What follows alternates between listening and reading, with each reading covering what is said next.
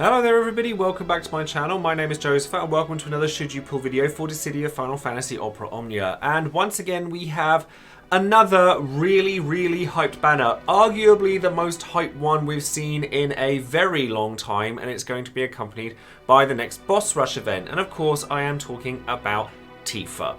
Now Tifa gets a rework and she's got some big numbers that people might want to have a look at. So she definitely churns out the damage. There's a lot to be excited for with Tifa and a lot to look forward to. So if you want to know more about Tifa and of course Boss Rush itself, then stay tuned and keep on watching.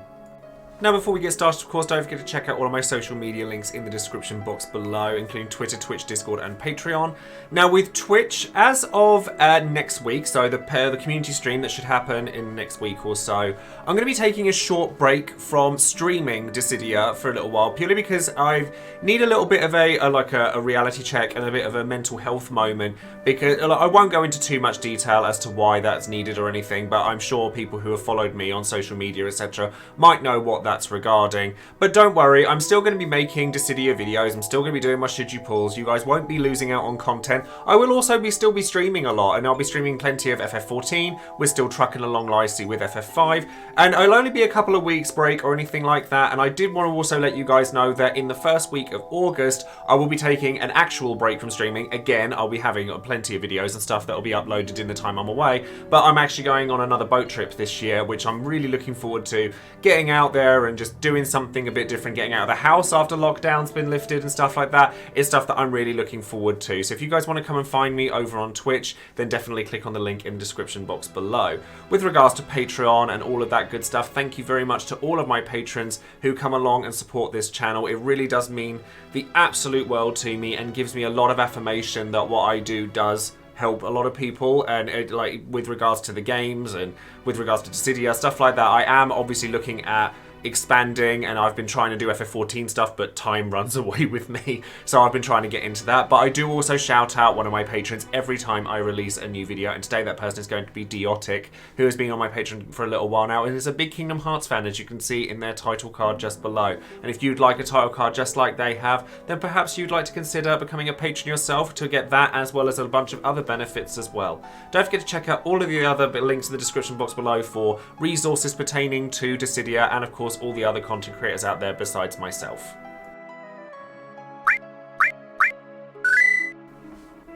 So now let's get into the meat of this video, something everyone's dying to hear about if they haven't already researched this character to hell and back already, which is Tifa. Now, the banner itself is going to contain all of Tifa's gear, so her EX, her LD, all that good stuff. It's going to be the last banner that features Bartz's BT, and then it's also going to feature EXs for Snow and Pain. Now, Tifa gets a rework, right? Now, so we're going to go in for that first. So Tifa originally was just a damage dealer that did extra damage to skeletons. Like, she did okay damage, her EX was kind of nice, but that was literally all she did. In fact, at the beginning of the game, when it first came out, Tifa was actually laughably bad. Now, her rework gives her a lot of damage. I mean, she still does extra damage to skeletons, but, you know, that's the thing. Beat Rush is a 2-hit Brave HP attack that's executed 3 times, which is fine. Like, you get some extra damage between each HP attack through self-battery, etc. Unless you're attacking a broken target, at which point it becomes Beat Rush Plus, which literally doubles that number of Brave HP attacks to 6. So we're talking, like, attack boosts and stuff like that come off her 35, etc. And she's now going to be doing 6 Brave HP attacks, double Brave HP, gain Bravery. If you've seen Kuja's LD, it's kind of like that, but on her regular skill 1 that she has a lot of uses of. it's really quite something. And we haven't even got to the LD yet.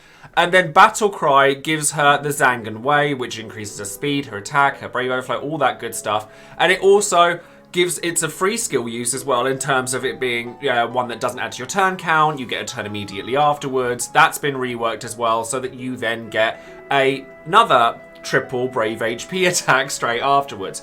It's single target, but that's fine. With the amount of damage this thing churns out, it's okay. And then her C65 also recovers some of her skill uses as well, which is quite nice and like adds to all of the stuff that I'm talking about already. It's just good stuff. So she gets extra beat rushes, which means extra 6 hit brave HP attacks. Her EX also pretty solid. Like it has a decent recast speed, which is really good. It is a brave HP attack that has 2 attacks of it. So it does a brave HP attack followed by another one, and then the second one launches the enemy and delays them by a turn once you put ingots and everything into it, so that you then get a good like party-wide damage scale because you'll get it off of the launch.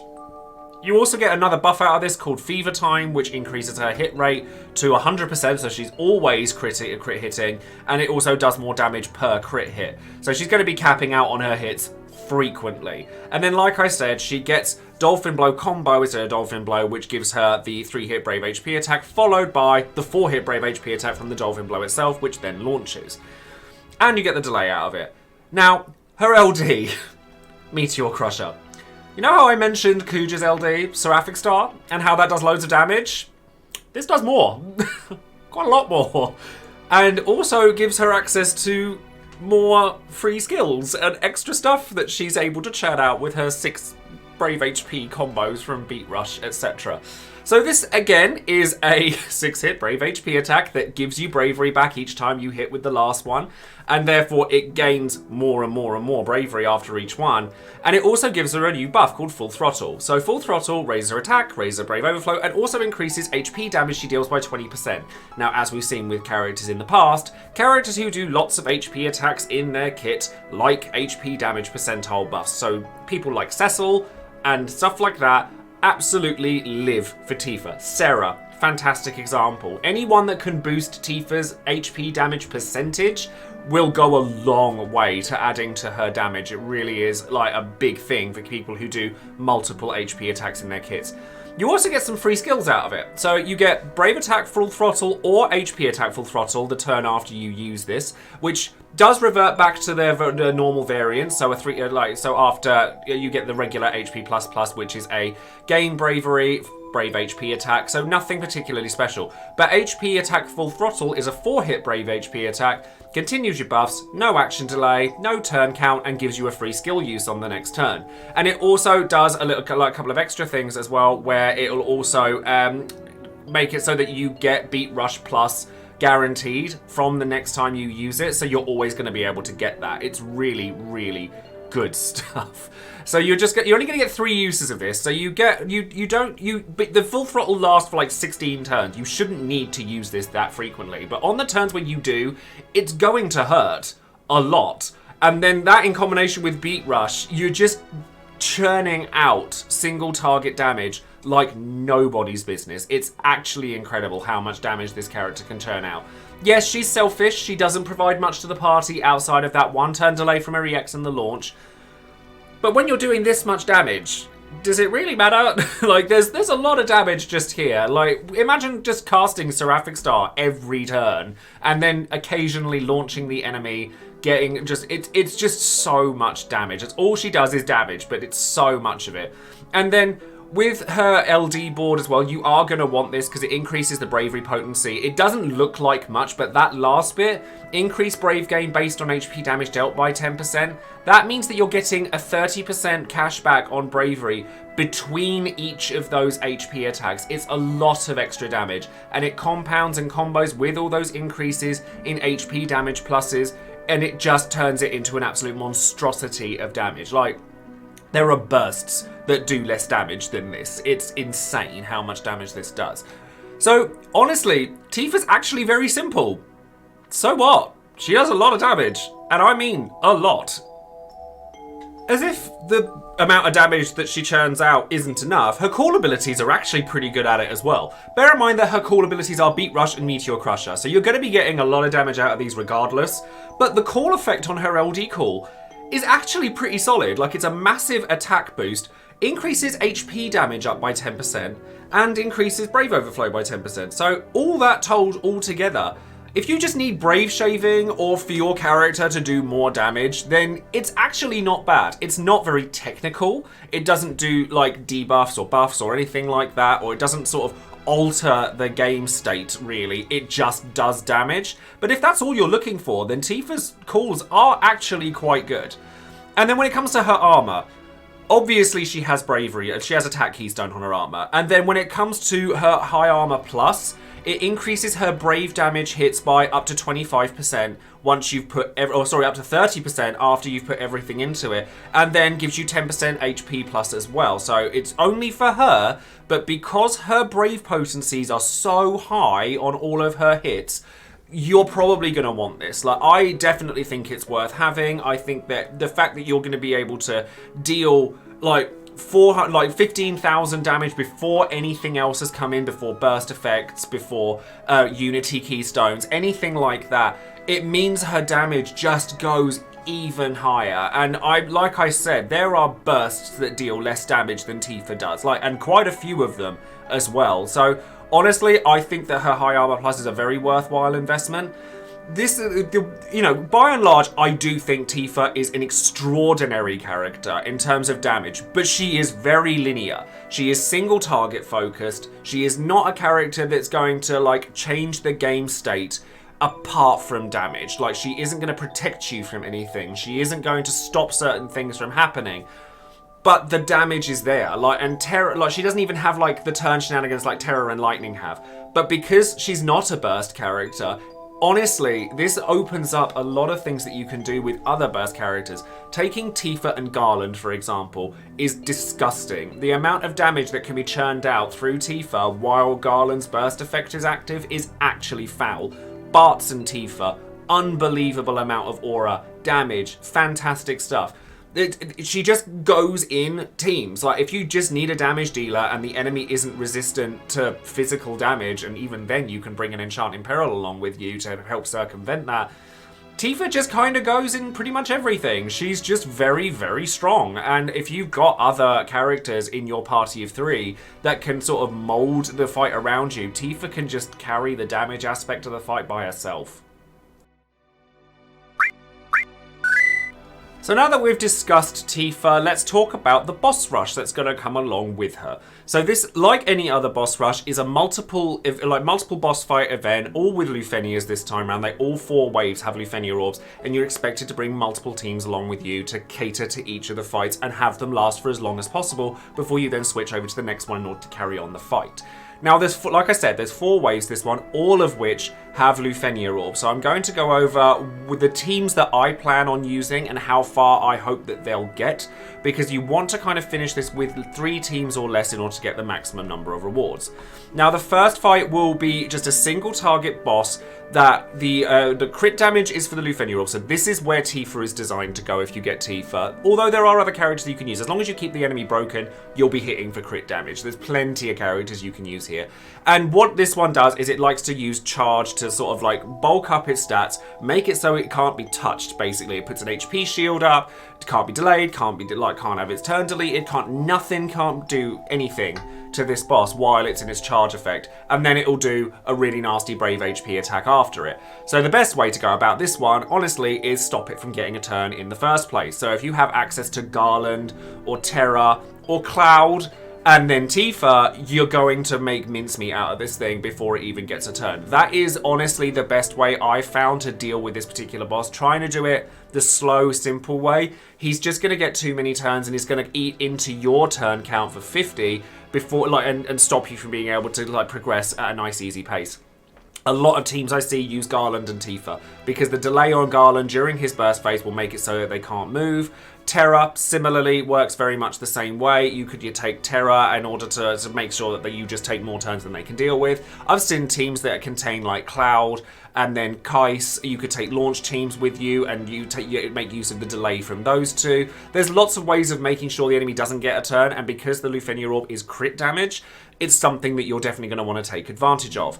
And then the second wave is actually Jack's jelly monsters, which go into a concentrating state, which means that they're going to do a nastier version of an AoE Brave HP attack if you don't take multiple turns before they get their next turn. If you don't do it, then they're going to end up doing lots and lots of damage to you, and it can be really, really messy. But their Lufenia orb is just simply brave damage. but when they go into, like, past certain HP thresholds, they put up a 100,000 value bravery damage shield to stop you from doing that. So you're going to want to take characters that do a lot of damage in order to break that. So if you've made use of your, like your Tifas, your Garlands, etc., that's going to carry over into this wave so that you can deal as much damage as physically possible. And then once you've dealt with them, you then have the third wave, which are, you know, like these are some of my least favorite enemies in the entire game, which are the soul cages. So soul cages, what they tend to do is they're based on an FF9 boss. So I get horror stories even from back then, where they'll set themselves on fire and their attacks get significantly boosted while they're on fire, and if their recast attack goes off while they're on fire, it's a lot of damage, lots of nasty debuffs, lots of stuff that you do not want to deal with, and it's very unpleasant. However, when they do set themselves on fire, which they do periodically and at certain HP thresholds, I believe it's 80 and 50%, you can then use ice damage to counteract that. And they also happen to be like weak to holy. They are resistant, however, to dark, so this is where Golbez starts coming in and not wanting to be used. But I have actually seen clears of this with Golbez regardless, but they're weak to ice and holy. Celes is an absolute godsend here. So as much as the Lufenia Orb asks for magic brave damage, so again, Celes, characters like that are going to work very nicely. The fact that ice damage neuters them setting themselves on fire is going to be a massive benefit to you in the long run. Especially considering that you get the off-turn damage. Off-turn damage is always very powerful when it comes to boss rush modes. Furian's been usable this whole time with boss rushes because of his off-turn damage. Emperor, characters like that are going to work really well. I'm actually going to be pairing Celes up with Kuja because I don't have access to certain other like bursts or anything, and I want to take a burst with me, and they happen to be weak to holy anyway. And then I'm going to be taking Edward for this part of the fight. So as soon as the other guys are finished, you know, Garland's burst's gone off, the summon's gone off, that's finished. Second team's going to come in, which will comprise of Celes, Kuja, and Edward. And like I said, that way I've got my ice damage covered, I've got a BT, I have a super synergy character in Edward, who is going to make it so that if they do get their recast attack, I can use Lullaby to sort that out. Not only that, but when they hit 30%, they get a aura that reduces any bravery damage they take to 1 until they're broken, and a big load of bravery. So again, Edward is going to be very helpful here because his Lullaby reduces all their bravery to 0, and then I can break them with whoever. Now, because of this, I actually think that Ultimisia is a much better BT to take with you than Kuja would be. Sadly, I don't have it, but Ultimisia is very good at reducing bravery. Any character, or even cool abilities, like if you have access to your Caius, etc., they only do this once during the fight, so as long as you kill them within that time frame, you're not going to have to deal with it again. So as long as you're able to deal instant breaks or gravity damage to 0, you'll be fine. And again, trying to stop them from taking too many turns will help here. And then finally, we're going to get another, the final wave. It's the Scorpion bosses that like to sort of make a union between them that has to be launched in order to be severed. And the orb here is going to ask for wind damage, which is an obvious pick here. You're going to want Bartz. So Bartz is a character that I've obviously recommended to a vast majority of people. Wind damage is actually relatively few and far between, but these guys have significantly less health than a lot of the bosses so far up until this point within Boss Rush, so you can just boss them down with various characters, but you are wanting to take maybe like Fujin Call or Pandemonium, anything like that that's going to keep their Lufenia Orb from dropping while you're beating them down. Now, they do gain a lot of bravery like very quickly, and they'll want to make they'll sort of shuffle their turns up between each other so that one moves straight after the other one, and they act very like quickly and nastily, and they gain bravery very frequently, which again would pertain to Bartz being very good. Kadaj is also in my team for this very reason, in that if I have Kadaj and Bartz available, they're both going to be able to just snap their fingers and reduce their bravery to 0 and go off, and then my damage output should be very strong to go with it. And then my third slot here is going to be Galoof. Because I think that having that off-turn damage again is going to be very potent. A lot of their attacks are physical, so a lot of Galoof's double counters are going to come into play here, and therefore just the three of them together, I will have Bartz's BT by the end of this banner, one way or another, whether I have to BT token it or not. So this means that I'll have a BT through all three of my waves, all three of my teams, sorry, for all four of the waves, and then that'll be the smoothest way that I can think of to clear this particular fight. So, we now come to the question of whether you should be pulling for Tifa. I think that if I were to turn around and say, no, I don't think you should pull on Tifa, people would come at me with torches and pitchforks more than they already do. So I'm not going to do that. Yeah, Tifa's amazing. Like, she really is. Like, her damage is undeniable. As I said earlier, there are bursts, and not just one or two of them, quite a few of them, that pale in comparison to how much damage Tifa churns out with that LD and skill 1. It's disgusting. And as well, due to the simplicity of her kit, like, you press a button and she hits things. There's no complex way around it. You just have to keep her Zangan Way buff up, Fever Time if her EX is up, which it will be up pretty frequently, and you smash things. Tifa smash, that's what she does. She can plop into most teams without any issue, as long as you're supporting her correctly, unless the fight outright nullifies physical damage. She just performs very, very well. And because of that, she pairs up with a very, very large number of the characters.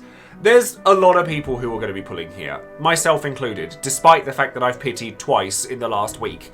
I'm still going to be going in on Tifa. And if I pity a third time in a row, so be it. The only thing I will say is that she is very single target focused. Like, if there's three bosses in a row, you're probably going to want to bring along somebody that's more specialized for AoE damage. But even then, you probably could still bring Tifa and she'd still at least do work. Like, she'd still be decent. And she does return multiple times in the future, including alongside a character I know I'm going to be pulling for, and I know a lot of other people will be, which will be Aphmau. Now, I am of the opinion that yes, you could wait until Aphmau comes along and then Tifa be a good consolation prize. Well, not even a consolation prize, she's still really good then. And she's just had her level 90 in JP, and she's even better even like after her EX got buffed.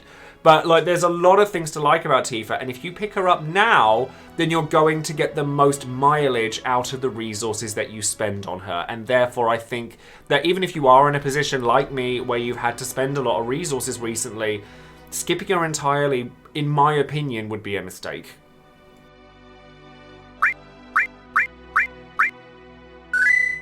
And then finally, it's time for Would You Pull, the section of the video where you, the viewer, get your chance to let your voice be heard and tell everybody whether you would or wouldn't pull on any given banner and why. Now, I'm sure it's no surprise to anybody, and a massive thank you once again goes out to all of my patrons for casting their votes and their comments, but the Tifa poll is one of the most voted on I've ever had, for fairly obvious reasons. She's a popular character, she happens to be very, very good, and she's exciting for a lot of players, being a new kind of power creep when it comes to damage. So going into the percentages, etc., 76% of people said they were going in with gems. 18% said they were going in with 100 or more tickets, only 2% said less than 100 tickets, and 4% of players said no. So, again, more people said that they were actually interested in pulling on Galoof than they were for Tifa or Bart, though I wonder if maybe like a lot of players like see how popular this banner is and are put off by that, which is a totally legitimate thing. I know that that's happened to me in the past, it does happen. But let's go into some of the comments. JRPG fan says, I'll be using gems for Tifa and hoping for good luck. Me too. Truck tons of damage, useful for at least the rest of this year and well into next, and one of the early characters get a C90 awakening, so likely even longer. New players will be able to clear older content with ease to get those resources for upcoming banners, and veterans will find her easy to slip into almost any team composition. Everything she does is single target with no splash, but those numbers are consistently high for a long time to come. Everyone should be pulling for Tifa if they have resources she easily pays for herself. I think that's a good way of looking at it as well. Like, if she is clearing content for you that pays for the resources you put into her, then she's worth her salt, as it were. And therefore, she's definitely going to be doing that. There are tons of places that you can put Tifa and she'll do well. It's actually scary how useful she is. Anthony says, gems absolutely. This LD showcase last year actually brought me back to the game after I'd taken a hiatus. I've been looking forward to this for a long time. I've used her in the past, even though she's never been particularly busted, but it was just because she's one of my favourite characters, but now she steals the show. I'm bluing her armour immediately. I got lucky with Bart's burst while pulling for Galoof, but I'm still using gems because I have huge stash, and if anyone's worth the premium currency, it's her. Even when the point comes when there's characters more powerful than her, I've seen people make her work in much later content, plus she's one of the early characters getting EX power up on Locke's banner, which isn't anytime soon, but shows she's a great long-term investment. Yeah, There's like no, like I've not been lucky. I've been horrendously unlucky recently, but I'm still going to be using gems on her because I think that she is worth that investment. I do want to have access to that for the coming months, and I think that it's definitely a great long-term investment. TrimBW says, yes, I'm pulling for Tifa. I voted gems here because I'm leaning towards that avenue. However, I had to pity Bart's LD with gems, and I'm a little burned by that. Depending on how I'm feeling, maybe tickets. I just don't know, but I know I must have her. I have felt similarly to this, especially after pitying Galoof and Bart, and losing tickets in the process towards Galoof as well, and I don't think I'm willing to take the risk here. I think I'm just going to have to go straight into gems, and if I end up going 3 for 3 pities with no burst, I'll still use burst tokens on Bart's as well. I mean, I hope that doesn't happen, but there's a chance that it will, and I just have to be okay with that. But I would say the same thing to you as well. If you know you want it and you're using tickets, I think that, like, if you're gonna use tickets, don't use loads. Use a few and then go, okay, I didn't get lucky, now I'm going in with gems. Don't spend too many tickets and then lose them all and then have to pity, because trust me, from a place of experience, it's not fun. And then lastly, last DFFOO says, I won't pull for her, to be honest. I have a big variety in my roster and don't need another selfish DPS unit in my opinion. For new players, this is a great banner to pull on, but I am not new and don't really need her. This makes me want to say that if you don't particularly like Tifa, or if you can't pull for her because your resources won't allow for it, don't panic. No character in this game is going to make it so that you can clear loads of content, or not having that character will make it so that you can't clear content. Tifa's very good. She's very, very good. It's undeniable how much damage she does, like I've said, but she will not win the game for you alone. She will not carry every event. There are going to be times where she isn't going to be that useful, but the chances of her being useful are much greater than those of her not being useful, and that's why she's a worthwhile investment for a lot of people. So that's going to be all for today's video. Thank you all very much for watching. Let me know in the comments below whether you're pulling for Tifa, and I'm particularly interested to hear from those of you who are not pulling for Tifa and to your reasons why as well. And as I said earlier, after next week's community stream, I'll be doing all of my videos still, except for obviously covered videos which come from my Twitch streams, and therefore because I'll be taking a week or two's break from streaming Dissidia. But if you want to come and find me streaming other things, then I will still be on Twitch. I'll still be making Should You Pull videos, and it'll be lovely to hear from you all. Don't forget to like the video, subscribe to the channel, and click the bell for notifications on any future videos I might be making. And that's going to be it from me. So thank you all very much again, and I'll see you soon. Take care.